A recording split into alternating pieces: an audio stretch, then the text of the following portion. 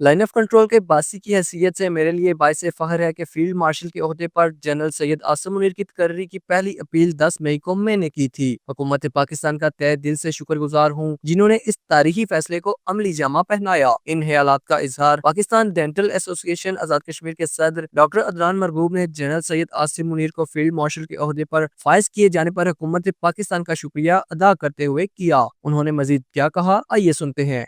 मैं आज तमाम स्टेक होल्डर्स, हुकूमत पाकिस्तान और वफाकी काबीना का शुक्रगुजार हूँ जिन्होंने Syed Asim Munir chief of army staff को फील्ड मार्शल के ओहदे पर तरक्की दी।